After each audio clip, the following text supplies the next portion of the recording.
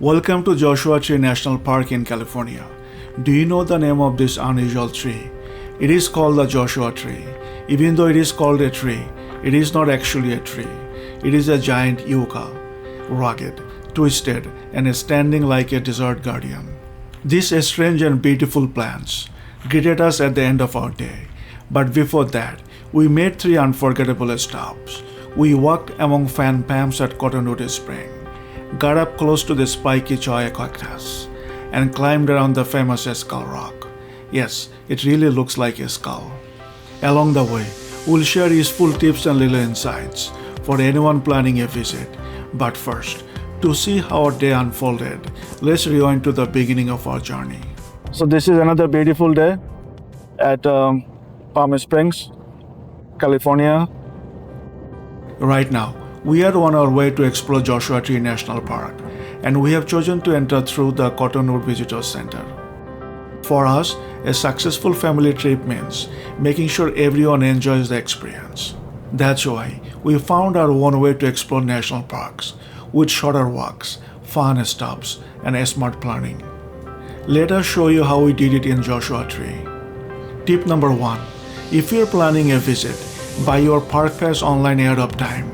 It is $30 per private vehicle and covers everyone inside.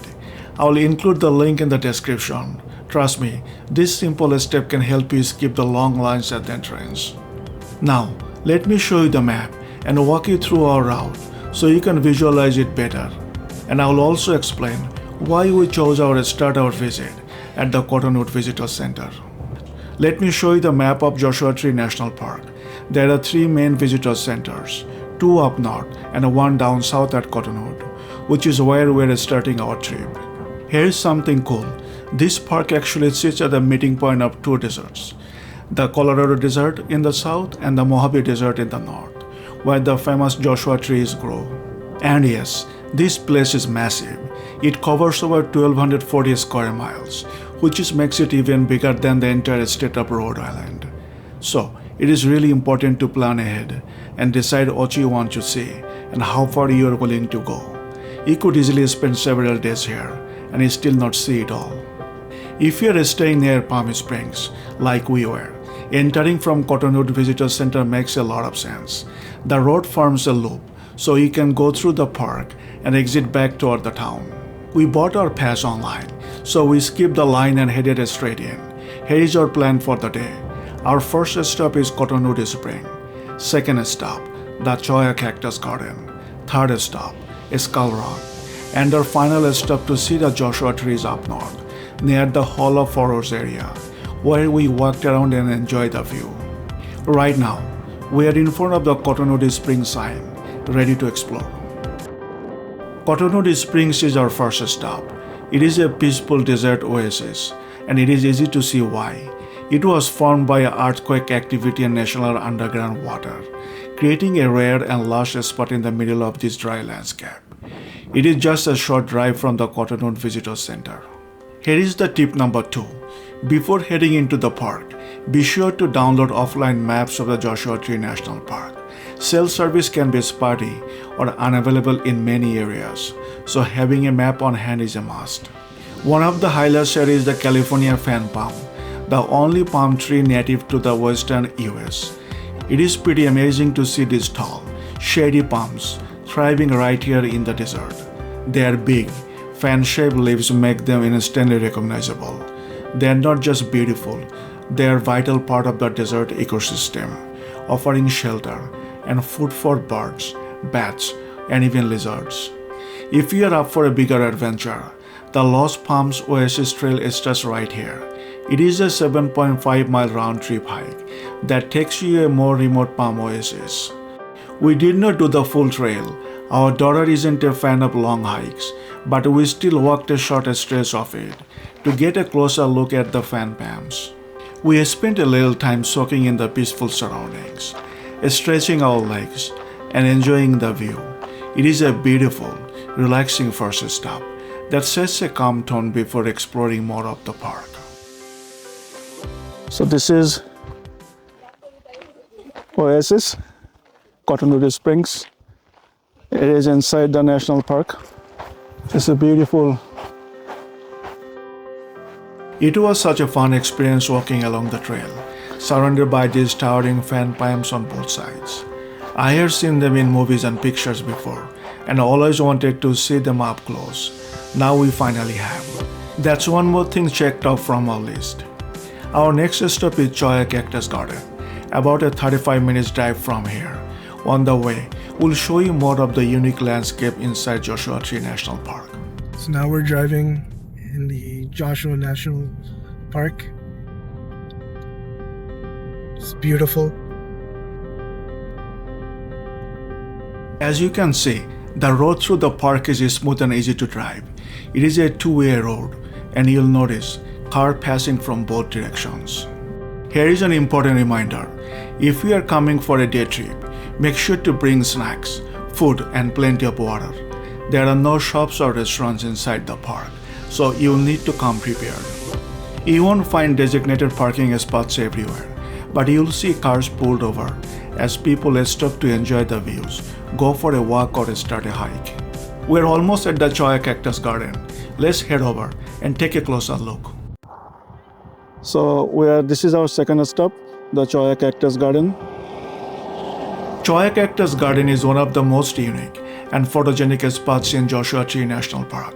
This area is home to thousands of teddy bear Cholla cacti, and while they may look soft and fuzzy, don't be fooled. They are covered in sharp spines that detach easily, so it is important to keep a safe distance. I actually underestimated that part. While walking around, I wasn't as careful as I should have been, and a couple of sharp spines got stuck in my leg. It was painful to remove and even caused a little bleeding.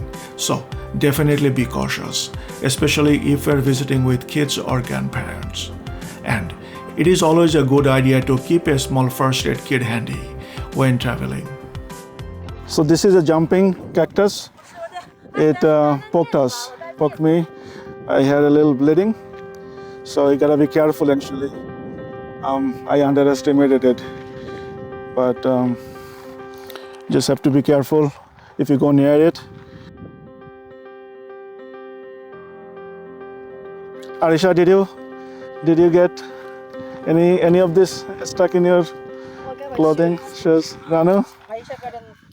Yeah, so this is a beautiful garden, but gotta be really careful here, especially if you have kids.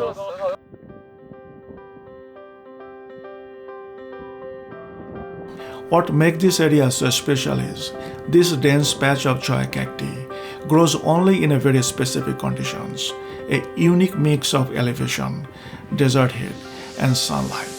That's why you won't see a cactus garden like this elsewhere in the park. If you're interested, there is a short and easy loop trail here, just about a quarter-mile long. It is flat, family-friendly, and a great place to stretch your leg and snap some photos. Just remember to stay on the path, because Cholla spines can stick to shoes, clothes, even skins, if you get too close. Some people even call them jumping Cholla, because it feels like their spines leap out at you. Now, let's go to one of the most fun and iconic stops, Skull Rock. We are on our way to Skull Rock now, and take a look around. You will notice Joshua trees started to appear on both sides of the road. That's a clear sign that we have entered the Mojave Desert, which makes up the northern half of the Joshua Tree National Park. If you remember the map from earlier, Joshua trees only grows in this region of the park.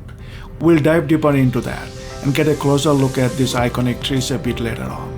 For now, we are just about to arrive at Skull Rock, one of the most fun and popular stops, especially for kids. So this is our third stop, Skull Rock. We're looking forward to this. Skull Rock is a uniquely shaped granite boulder located in Joshua Tree National Park. This giant granite boulder got its name because, well, it really does look like a skull. Wind and rain slowly eroded the rock over time, creating those hollow eye sockets you see today. What makes Skull Rock especially fun is that it is not just something to look at. You can actually climb on the surrounding boulders. This is over here. It looks like a skull. So over here, Alisha Farhan is already on the top.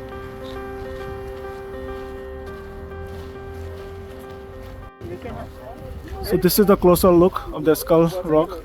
This is looks like a skull. That's why it's called a skull rock. The rock formation here are smooth and relatively easy to walk or scramble across. So it is a great place for kids and families to explore.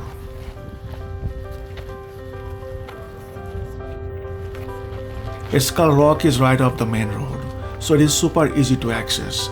You can literally pull over and walk right up.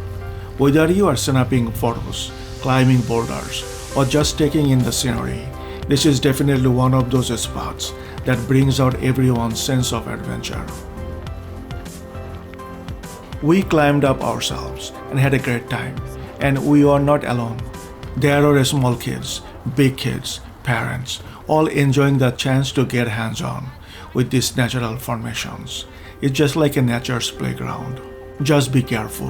While the rocks are creepy, always wear proper shoes and keep an eye on the little ones.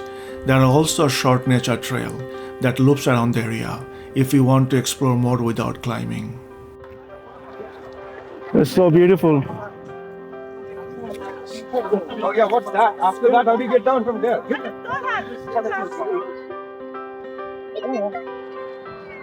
So this is the 360 view when you are up on the boulders.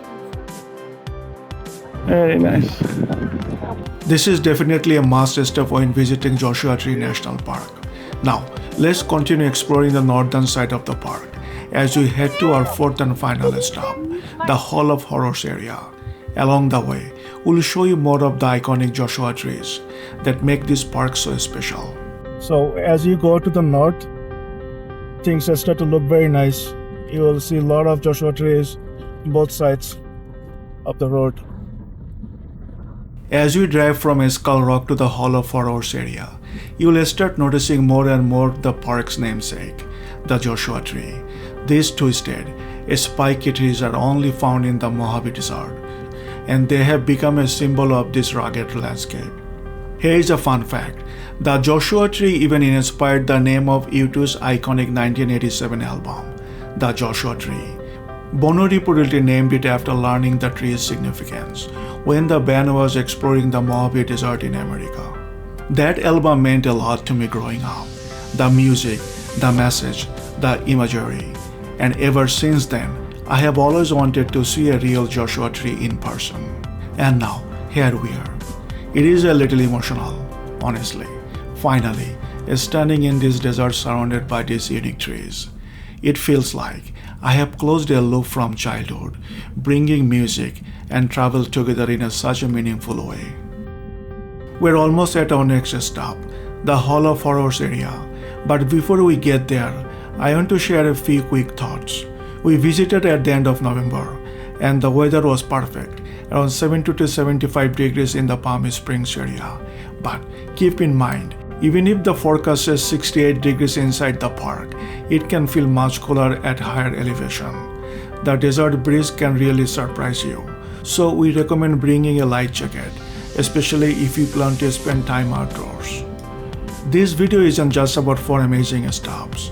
Honestly, you could pull over almost anywhere here and have a great time. Our goal is to give you a practical guide to Joshua Tree National Park, where the main highlights are, what to expect, and tips to help you make the most of your visit, especially if you are coming with a family or a group. Watching this video and getting familiar with the layout I explained will give you about 70% of what you need to feel ready for your adventure. Well, we have made it to our final stop, the Hall of Horrors area. Here, we saw some beautiful Joshua trees, close enough to walk up to and really take in.